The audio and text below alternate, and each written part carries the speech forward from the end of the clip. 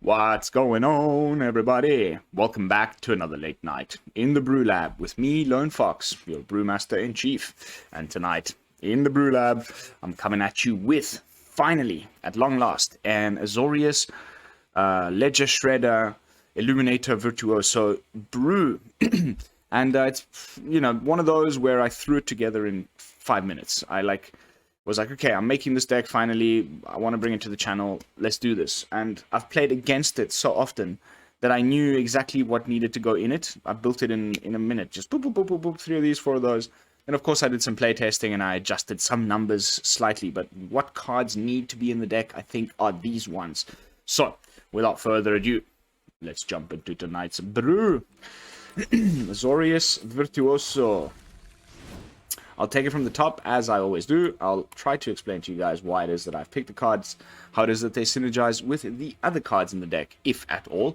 And then we'll jump into some gameplay footage, hopefully illustrate as many of those playlines and interactions for you guys against some opponents on the Mythic ladder. And then we will be jumping back into the deck at the end, of course, as always, with my final thoughts, overall deck review, and if we make some adjustments along the way, then that's usually when I like to talk about them. So stick around to the end.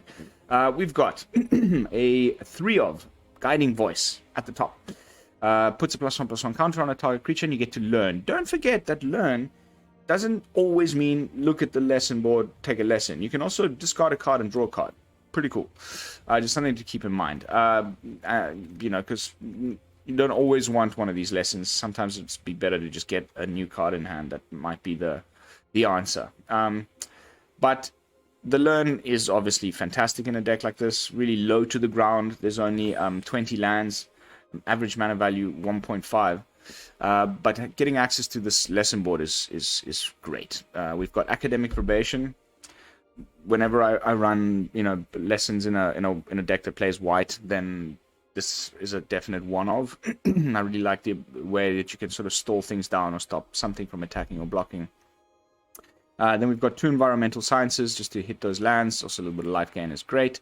Reduce to Memory, our only real removal spell in the entire deck. Kind of only grab it for those must-remove targets that are potentially, you can't get around in some of the many other ways that we have of getting around them, which we'll get to in the rest of the deck. Then we've got 1 of Teaching of the Archaics, which is also really good in a deck like this. Kind of restock your hand a little bit without having to use the Connive ability, which there's plenty of in the brew, which inevitably means a lot of this stuff ends up in the yard. Teaching of the Archaics is great for just kind of a little mid-game restock. And then 2 Expanded Anatomies. I had to go with the 2 of. Because we're trying specifically to target our own creatures in this deck. This is great. It just puts 2 +1/+1 counters. Plus you get the Connive if it's the Illuminator Virtuoso. That's often 3 counters. And Vigilance. And Double Strike. This is obviously fantastic in the deck, and we've got some nice flyers to put it onto as well. So just, that's our little lesson board, accessed via Guiding Voice. Next up, we've got another card that also puts a +1/+1 counter on a target creature. This one has no upside of the learn, but it does have the upside of Flashback, which means we can cast it again from the yard, and this is one of the best ones, in my opinion, because the Flashback cost is the same as the casting cost, so it really, doesn't damage you at all if you discard it, whereas usually Flashback cards, they cost a bit more once you have to cast them from the graveyard. It's also doubly great because we're conniving a lot, and you might be okay to just discard this as one of the cards you discard to the connive, because it's not a the connive ability says if you discarded a non-land card, so this is obviously a non-land, and then you get the +1/+1 counter. So nice obvious 4 of in the deck, in my opinion. Then we've got 2 of Wings of the Cosmos. Also really important card. There's often times when the opponent we're playing has many chump blockers or little 1/1 dorky guys that he wants to get in the way of your Virtuoso with. We need to sometimes find a way to make our Virtuoso, which is kind of our big boy here in the deck, unblockable. So either giving it flying or what have you, and Wings of the Cosmos is one of the pieces of that puzzle. Also can be used very nicely defensively. You're all tapped out. The opponent thinks, the attack lanes are good to go, but you got that 1 white mana open. You can target your Virtuoso or whichever one of your creatures.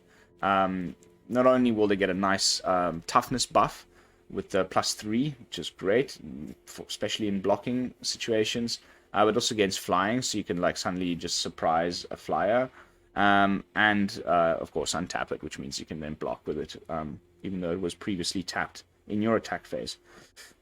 Really, really nice. Then we've got our only 1-drop in the deck, as far as creatures are concerned. Delver of Secrets, just a 3 of.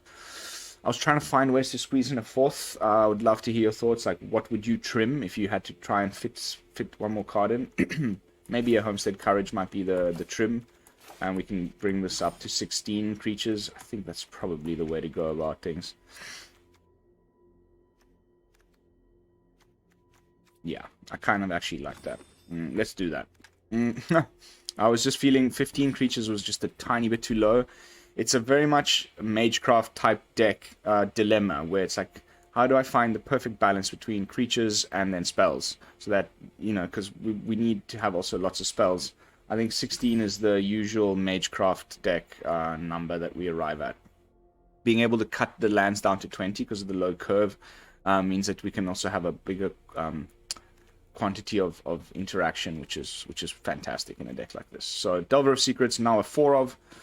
You've seen this card for a while now. It's also a reprint from way back when. You get to look at the top card of your library at the beginning of your upkeep, and you can reveal it. If it's an instant or sorcery card is revealed this way, then you transform it into this 3/2 flyer, which can start applying some pressure very early on in the game, which is very nice, of course.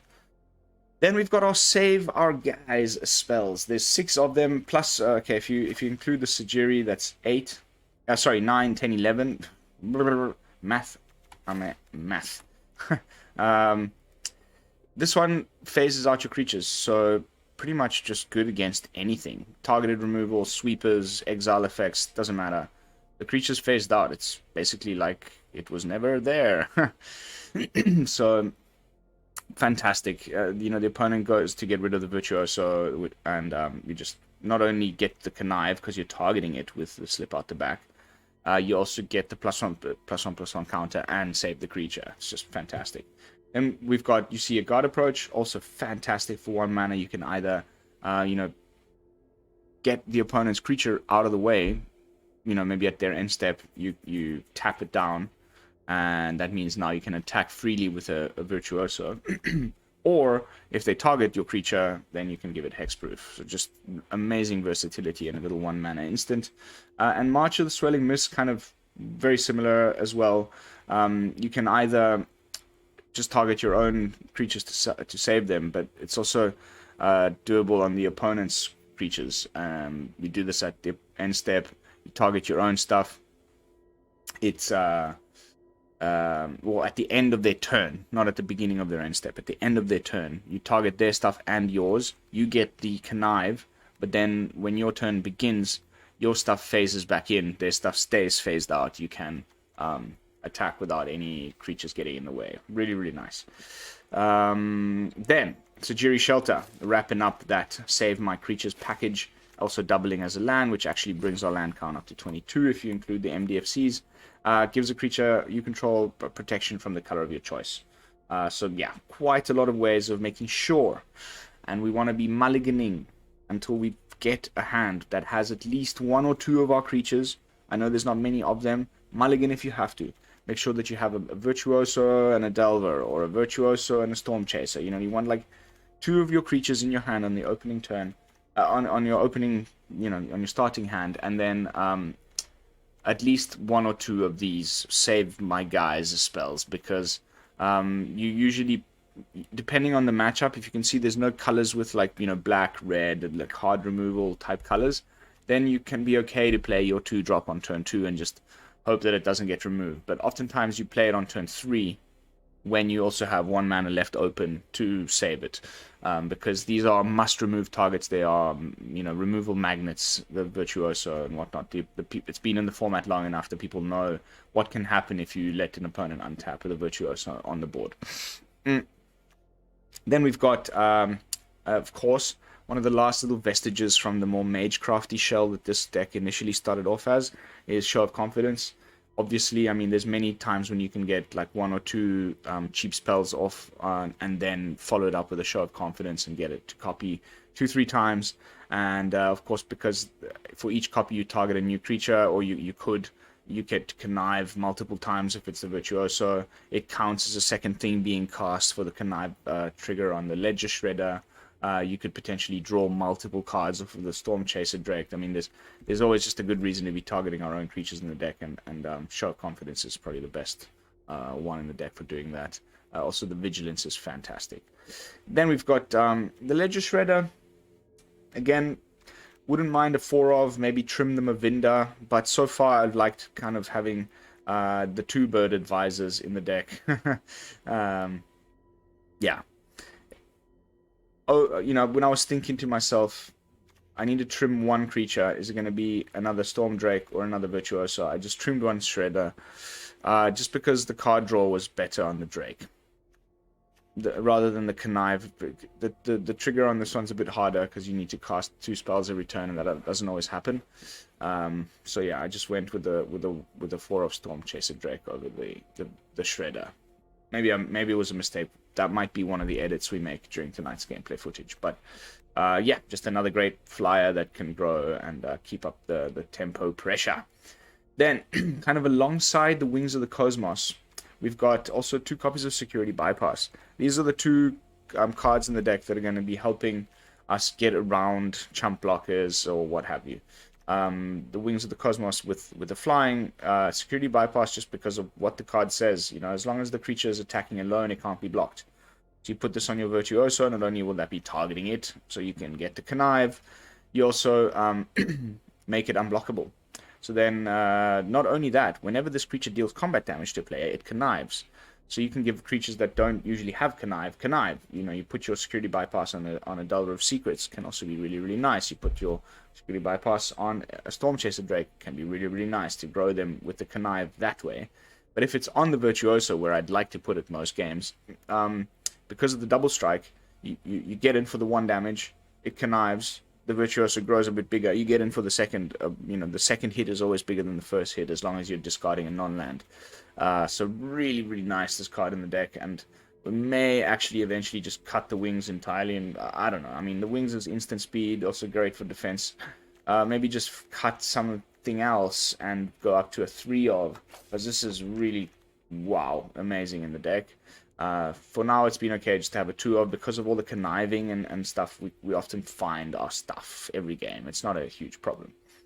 Stormchaser Drake, I've touched upon a few times during the intro. Just great that it draws you cards whenever it gets targeted. You know, if you've got a Homestead Courage in your hand and 2 white mana, you can draw 2 cards and grow this by you know, +2/+2 and give it Vigilance.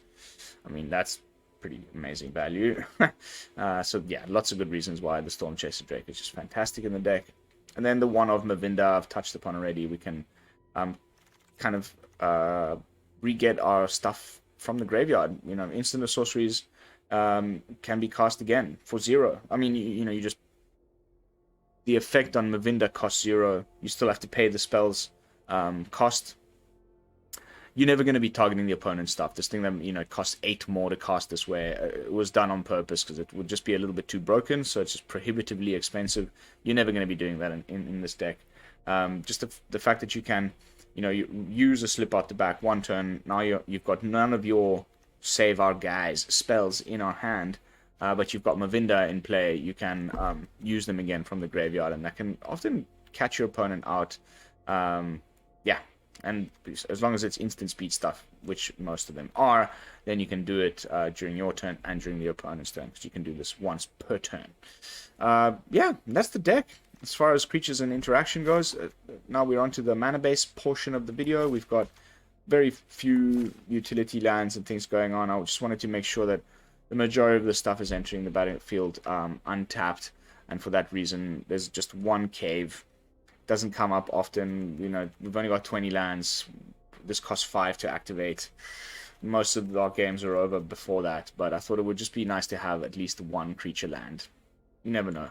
they often come in handy. And then just one Eiganjo, one Otawara. Everything else is just the usual collection of duels and basics. Azorius Virtuoso. Let's jump into some games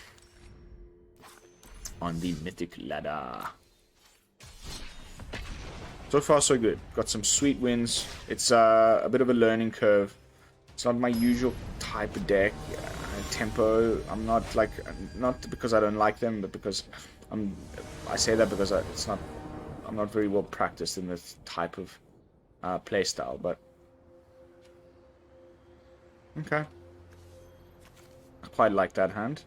No Virtuoso, but 2 Drakes.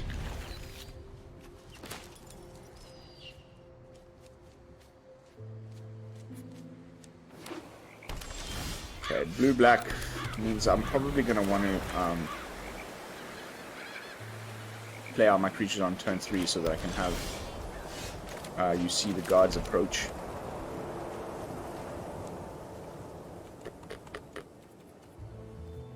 Because we have 2 Drakes, I may actually just risk it and pull some, you know, initial removal out of the opponent's hand. Vanishing Verse or something.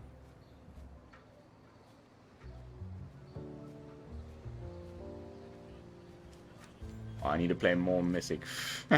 My rank slips so much every day. I'm probably going to play this out on blue. That's just great.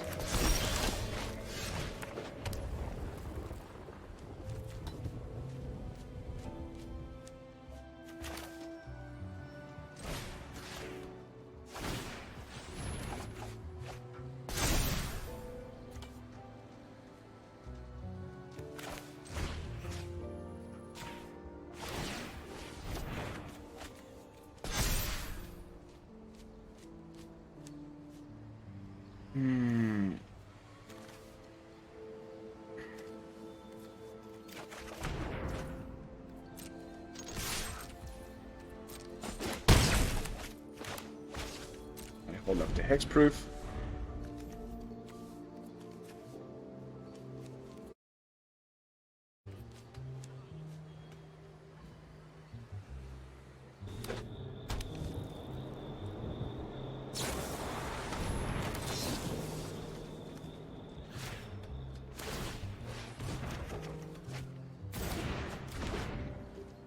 Not bad.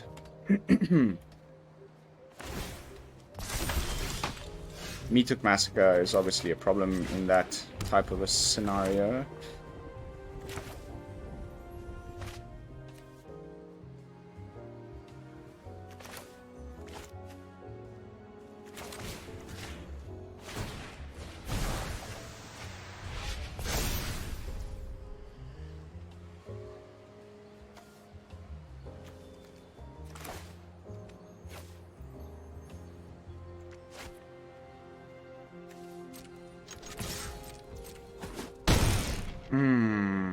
We don't have anything that... Okay, we've got the phase out here, in case he comes with the MYTHIC Massacre now.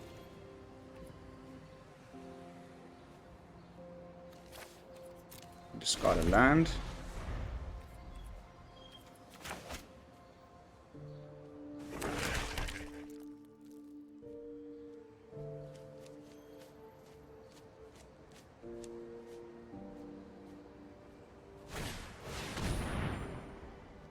Mr. Mirthless. Under my watch, neither vampire nor human will extinct. I bring my own army.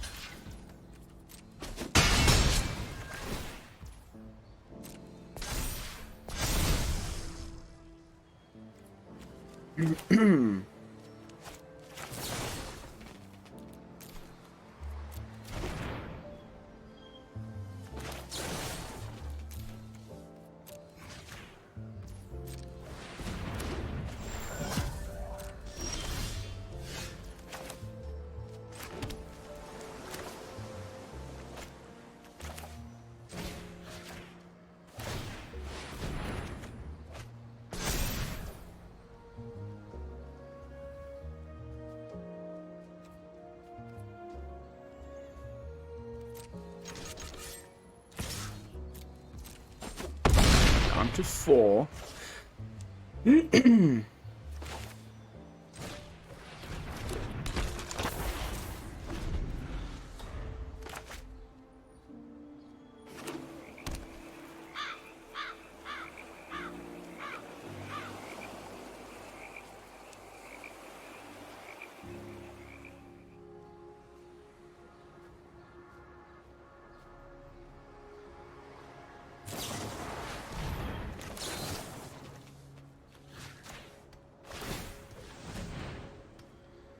You may have double Vanishing Verse and just like put it on the stack.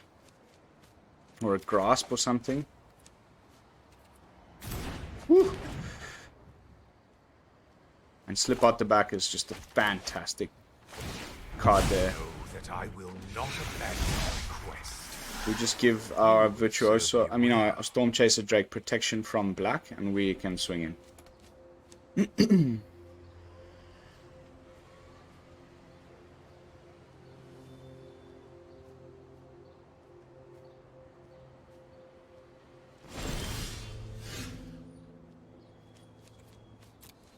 Oh, baby. Just perfect. You may have more removal.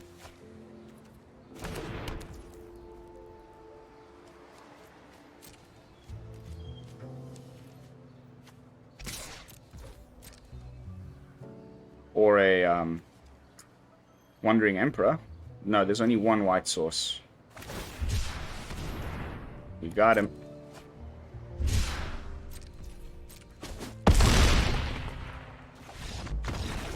Ew.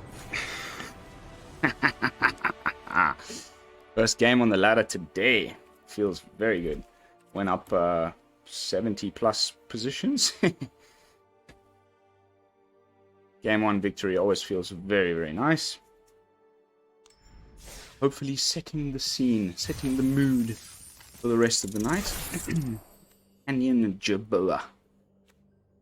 I've just finished reading the whole Dune, like the entire Dune collection by Frank Herbert, and this reminds me of Muad'Dib, the main character. Paul. His name is like this. Muad'Dib is like this little desert mouse creature. This kind of reminds me of that. I'm sure they got some inspiration.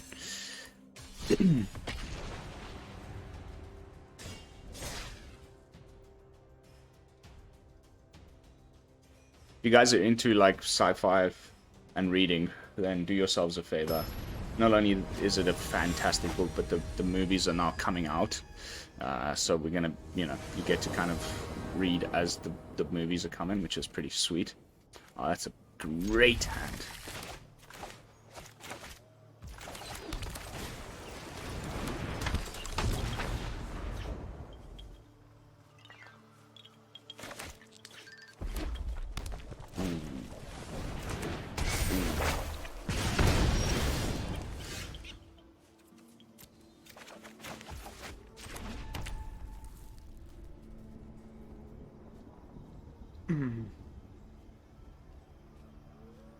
He's obviously got, I mean, this is Boros Burn, right? He's going to have the cards.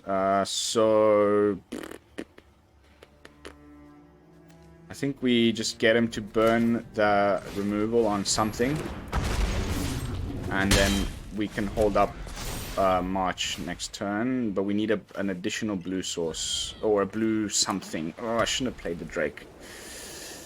Should not have played the Drake. But now he's gonna want to play a creature on the chapter 2 of Kumano. Okay. Foregoing his You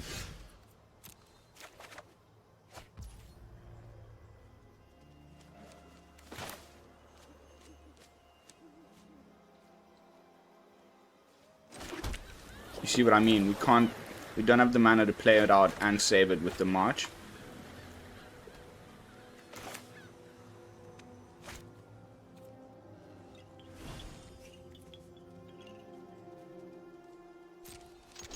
One more turn before the Virtuoso can enjoy the fun.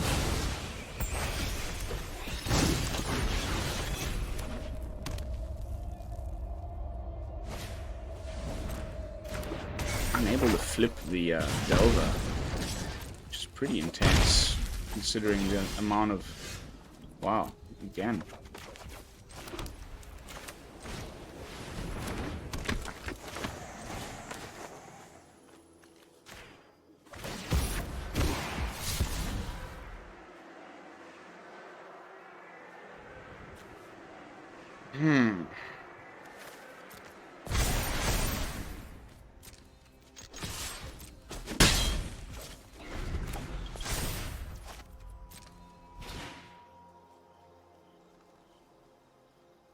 Again, he's going to be incentivized to play out a creature.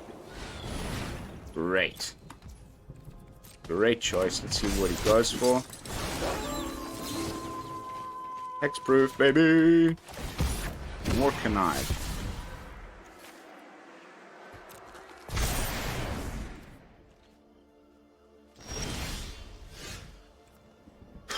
Wow. This has been a great pile of rubbish. As far as our good friend, the poor Delver, is concerned.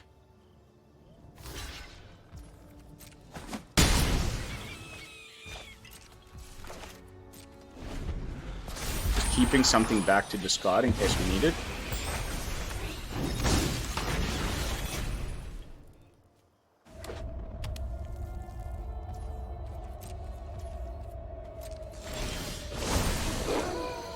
Wow, this poor freaking Delver has just been unable to flip.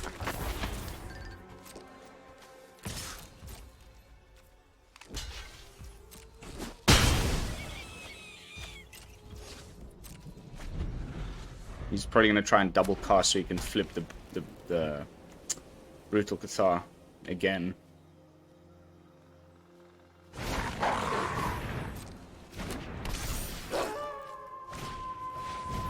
Yep.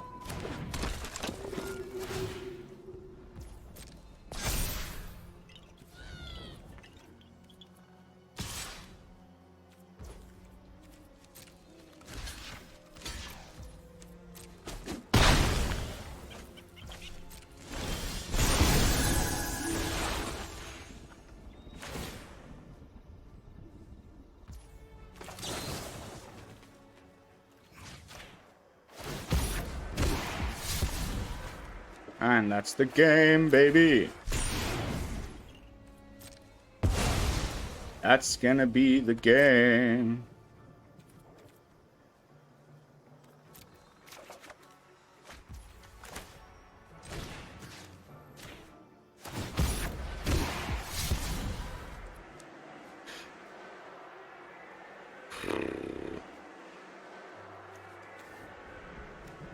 Ten. 11, ooh.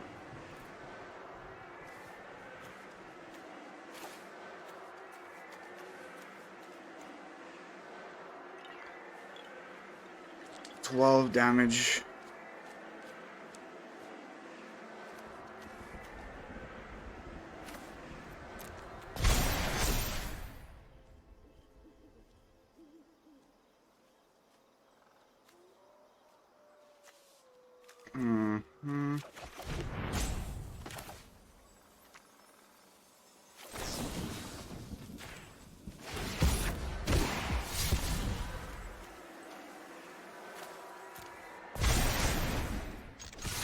That's game. Woo!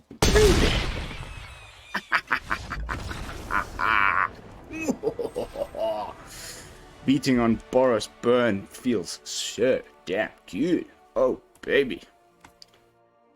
It's not an easy deck to play. There's a lot of like, am I gonna need this thing? Can I connive it away? Will I need that thing? Okay, I need the mana.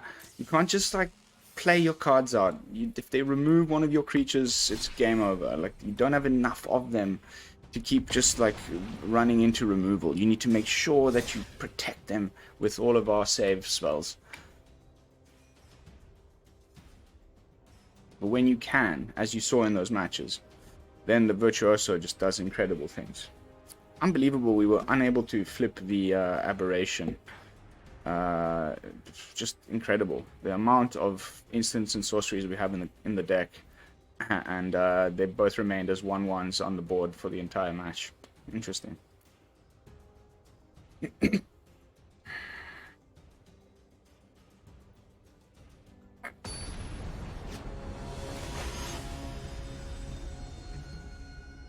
Gon Calo Lopez.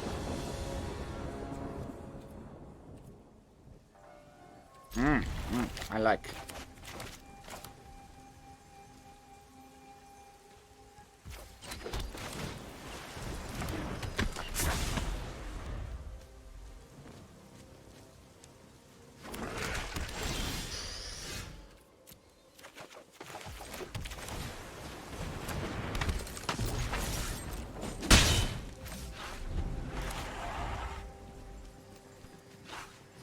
Double Delver opener is pretty nice. I'm gonna say if he goes for removal, we just save our hexproof for something else.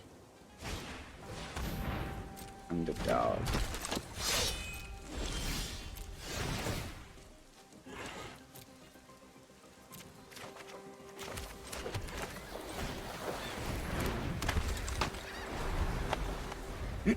Okay, Virtuoso in the house.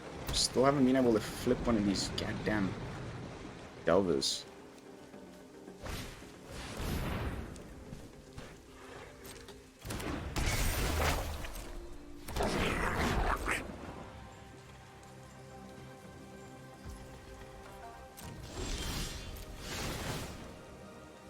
Woohoo! Nice. Okay.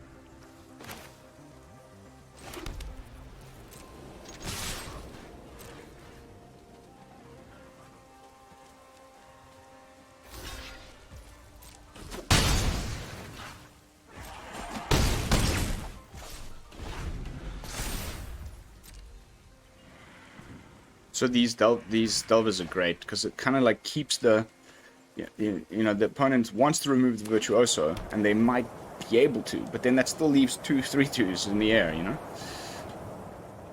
The feeling there could be like a MYTHIC coming, but he's still a bit of mana away from that.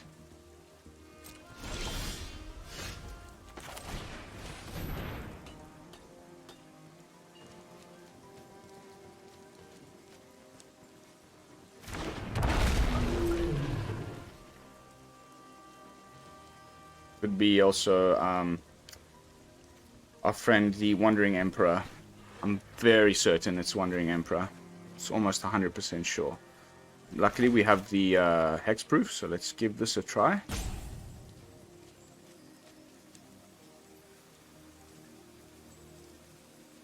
Gonzalo Lopez. Gonzalo. Oh, it's not Goncalo Lopez. It's Gonzalo Lopez. Okay, that makes way more sense. Here she comes. You ready?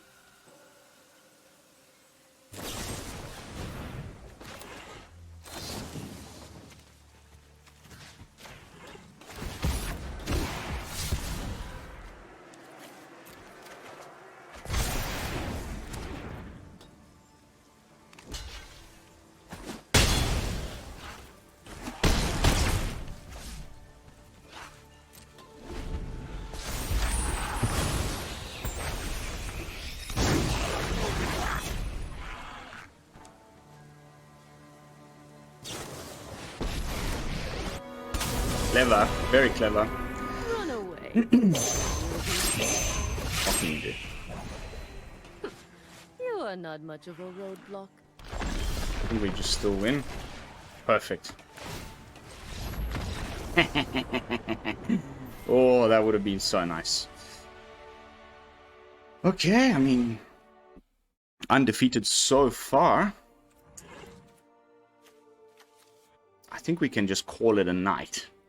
It is one of those where I've left it a bit late, and I'm recording this at 3 in the morning. I need to start editing and uploading some really good matches against some of the best decks in the format, including Boros Burn there, and we were able to squeeze out the victories. I could definitely go for another one. I feel very confident with the deck. I've been playtesting it enough. But I think the only thing we didn't get to showcase there was Mavinda, but it's not essential. We definitely got to show off the security bypass and the Wings of Cosmos on the Virtuoso. You know, the lesson board came in handy a few times there. Everything. I mean, we used all the cards to their full advantage. Not any very big ledger shredders in any of those matches, but as you can see, really not an essential. And we were even able to flip a couple of Delvers in that last match. So I think I'm just going to leave it at that. I don't want to jinx my 100% win rate on the deck for the channel clickbait title. But yeah, like I said, that's going to be it for tonight's gameplay footage. I wouldn't make a single edit. I quite like it just the way it is. We were always kind of able to find the right cards at the right time. But like I did mention in the introduction, if there are any edits to be made, it would be something about maybe increasing this or that. One of these two should go up to a 3 of. I just wouldn't know what to cut. I'd love to hear your thoughts. I did really like going up to that additional one of Delver, because they were really helpful in that last match. Amazing bit of pressure very early. And yeah, the lands felt good. Everything just felt perfect, in my opinion. I would love to hear your thoughts in the comments. But yeah, other than that, please don't forget to like, comment, subscribe. Of course, join the Discord community. There's a link in the description. It's starting to grow slowly but surely, and there's a nice group of people over there. We just talk Magic all day, and we'd love to have you be part of that conversation. We'll see you all tomorrow with some fresh brews. And until then, this is Lone Fox from the BrewLab, signing out. Peace, y'all.